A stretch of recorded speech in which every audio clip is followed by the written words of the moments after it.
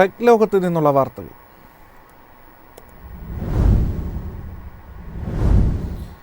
രാജ്യത്തെ ഏറ്റവും വലിയ റിഫൈനറിയുമായി BPCL 95,000 കോടി രൂപ ചെലവിൽ ആന്ധ്രാപ്രദേശിലാണ് എണ്ണ ശുദ്ധീകരണശാല നിർമ്മിക്കാൻ പദ്ധതിയിടുന്നത്.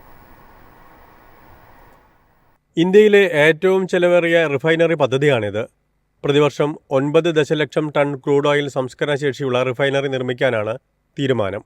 33.5 ദശലക്ഷം ടൺ പെട്രോൾ, ഡീസൽ ഇന്ധനങ്ങളും 3.8 മുതൽ 4 ദശലക്ഷം വരെ ടൺ പെട്രോ കെമിക്കലുകളും റിഫൈനറി ഉൽപ്പാദിപ്പിക്കും. ആന്ധ്രാപ്രദേശിൽ സ്ഥാപിക്കുന്നത് തീരദേശ റിഫൈനറി ആയിരിക്കുമെന്നും 6000 ഏക്കർ ഭൂമി കണ്ടെത്തിയിട്ടുണ്ടെന്നും BPCL അധികൃതർ പറഞ്ഞു. ഇതിനായി ഇനി ഭൂമി ഏറ്റെടുക്കൽ നടപടികൾ ആരംഭിക്കണം. ഇന്ത്യൻ ഓയിൽ കോർപ്പറേഷനും റിലയൻസ് ഇൻഡസ്ട്രീസ് ലിമിറ്റഡിനും പിന്നിലായി രാജ്യത്തെ മൂന്നാമത്തെ വലിയ എണ്ണ ശുദ്ധീകരണ കമ്പനിയാണ് BPCL. മുംബൈ, കൊച്ചി, മധ്യപ്രദേശിലെ ബിന എന്നിവിടങ്ങളിൽ നിലവിൽ കമ്പനിക്ക് റിഫൈനറികളുണ്ട്. എണ്ണ ശുദ്ധീകരണ, ഇന്ധന റീറ്റെയിലിംഗ് ബിസിനസ് വിപുലീകരിക്കുന്നതിനും പുതിയ ഊർജ്ജ സംരംഭങ്ങൾക്കുമായി BPCL 1.7 ലക്ഷം കോടി രൂപയുടെ നിക്ഷേപമാണ് കണ്ടെത്തിയിട്ടുള്ളത്. News desk, MyFin TV. Indian automotive വ്യവസായം മാറ്റത്തിന്റെ പാതയിൽ. വാഹന ലോഞ്ചുകളിൽ ആധിപത്യം പുലർത്തി ഇലക്ട്രിക് CNG വാഹനങ്ങൾ. ഇന്ത്യൻ ഓട്ടോമൊബൈൽ വ്യവസായം ശ്രദ്ധേയമായ പരിവർത്തനത്തിന് സാക്ഷ്യം വഹിക്കുന്നു. ഇലക്ട്രിക് വാഹനങ്ങൾ, ഫ്ലെക്സ് ഇന്ധന മോഡലുകൾ, CNGയിൽ പ്രവർത്തിക്കുന്ന വാഹനങ്ങൾ എന്നിവയാണ് സമീപകാല ലോഞ്ചുകളിൽ മുൻനിരയിൽ നിൽക്കുന്നത്. ഇത് ഉപഭോക്തൃ വ്യവസായ മുൻഗണനകളിൽ വലിയ മാറ്റത്തെ സൂചിപ്പിക്കുന്നു. ഡൽഹിയിൽ അടുത്തിടെ സമാപിച്ച ഭാരത് മൊബിലിറ്റി ഓട്ടോ OEM എക്സ്പോയും ബദൽ ഇന്ധന വാഹനങ്ങൾക്ക് ഊന്നൽ നൽകി. SUVകൾ, ഇലക്ട്രിക് വാഹനങ്ങൾ, ഹൈബ്രിഡ് മോഡലുകൾ എന്നിവയുടെ വർദ്ധിച്ചുവരുന്ന ജനപ്രീതിയാൽ നയിക്കപ്പെടുന്ന ഇന്ത്യയിലെ ഓട്ടോമോട്ടീവ് മേഖല ഗണ്യമായ വളർച്ചയ്ക്കൊരുങ്ങുന്നതായി റിപ്പോർട്ട് പറയുന്നു. വികസിച്ചുകൊണ്ടിരിക്കുന്ന വിപണി ആവശ്യങ്ങൾ നിറവേറ്റുന്നതിനായി വാഹന നിർമ്മാതാക്കൾ ഈ സെഗ്മെന്റുകളിൽ ശ്രദ്ധ കേന്ദ്രീകരിക്കുന്നു. EVയുമായി ബന്ധപ്പെട്ട ആശങ്കകൾ പരിഹരിക്കുന്നതിൽ പ്രമുഖ വാഹന നിർമ്മാതാക്കളുടെ ശ്രദ്ധ വർദ്ധിക്കുന്നതായി റിപ്പോർട്ട് ചൂണ്ടിക്കാട്ടുന്നു. ഉയർന്ന മുൻകൂർ ചെലവുകൾ, ഡ്രൈവിംഗ് റേഞ്ച് ഉത്കണ്ഠ, പരിമിതമായ ചാർജിംഗ് ഇൻഫ്രാസ്ട്രക്ചർ തുടങ്ങിയ പ്രശ്നങ്ങൾ പരിഹരിക്കാനും വാഹന നിർമ്മാതാക്കൾ ശ്രമിക്കുന്നു. ഇന്ധന സമ്പദ്വ്യവസ്ഥാ മാനദണ്ഡങ്ങൾ EV സ്പേസിൽ മത്സരം തീവ്രമാക്കിയിട്ടുണ്ട്. ഇത് നൂതനവും ഊർജ്ജക്ഷമതയുമുള്ളതുമായ വാഹനങ്ങൾ അവതരിപ്പിക്കാൻ വാഹന നിർമ്മാതാക്കളെ പ്രേരിപ്പിക്കുന്നു. SUVകളും ഇലക്ട്രിക് വാഹനങ്ങളും മുന്നിട്ട് നിൽക്കുമ്പോൾ ഇന്ത്യൻ വാഹന വ്യവസായം ഒരു പുതിയ യുഗത്തിന്റെ കുതിപ്പിലാണ്. ഉപഭോക്താക്കളുടെ താൽപര്യത്തിനനുസരിച്ചുള്ള വാഹനങ്ങൾ വിപണിയിലെത്തിക്കാനാണ് വാഹന നിർമ്മാതാക്കളുടെയും ശ്രമം. News desk, MyFin TV. അടുത്തിടെ അവതരിപ്പിച്ച വോയിസ് SMS ഓൺലി പ്രീപെയ്ഡ് പ്ലാനുകളുടെ നിരക്ക് കുറയ്ക്കാൻ സ്വകാര്യ ടെലികോം കമ്പനികളോട് ആവശ്യപ്പെട്ട് Telecom Regulatory Authority of India. Reliance Jio, Bharti Airtel, Vodafone Idea എന്നീ ടെലികോം കമ്പനികൾക്കാണ് നിർദ്ദേശം.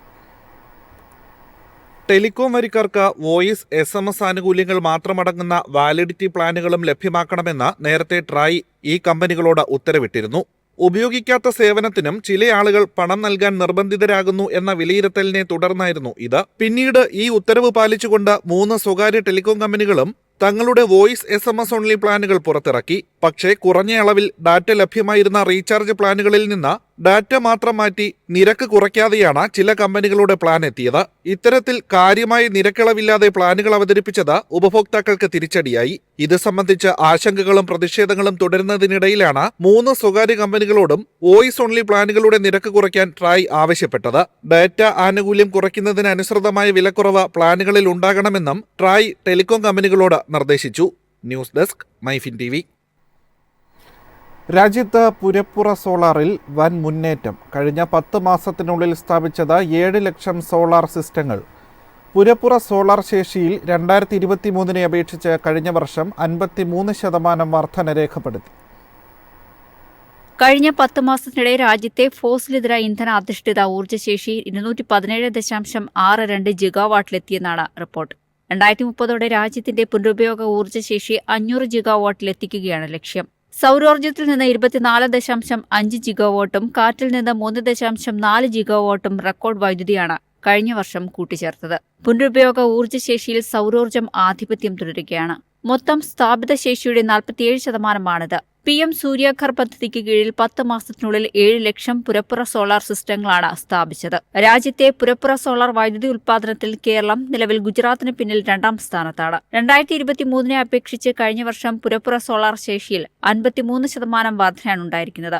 4.59 ജിഗാവാട്ട് പുതിയ കൂട്ടിച്ചേർക്കലുകളാണ് നടന്നത്. കാറ്റിൽ നിന്ന് 3.4 ജിഗാവാട്ട് വൈദ്യുതിയാണ് കഴിഞ്ഞ വർഷം അധികമായി കൂട്ടിച്ചേർത്തത്. ഗുജറാത്ത്, കർണാടക, തമിഴ്നാട് എന്നീ സംസ്ഥാനങ്ങളാണ് കാറ്റിൽ നിന്ന് ഏറ്റവും കൂടുതൽ വൈദ്യുതി ഉത്പാദിപ്പിച്ചത്. ഇന്ത്യയുടെ പുനരുപയോഗ ഊർജ്ജശേഷിയിൽ കൂടുതൽ ശക്തമായ വിപുലീകരണം 2025 നടക്കുമെന്നാണ് കണക്കാക്കുന്നത്. News desk MyFin TV. സംസ്ഥാനത്ത് വൻ വിജയമായി metro connect electric bus. Kochi metro സ്റ്റേഷനുകളെ തമ്മിൽ ബന്ധിപ്പിച്ച് സർവീസ് ആരംഭിച്ച ബസ്സിൽ 8 ദിവസം കൊണ്ട് 15,500 പേരാണ് യാത്ര ചെയ്തത്.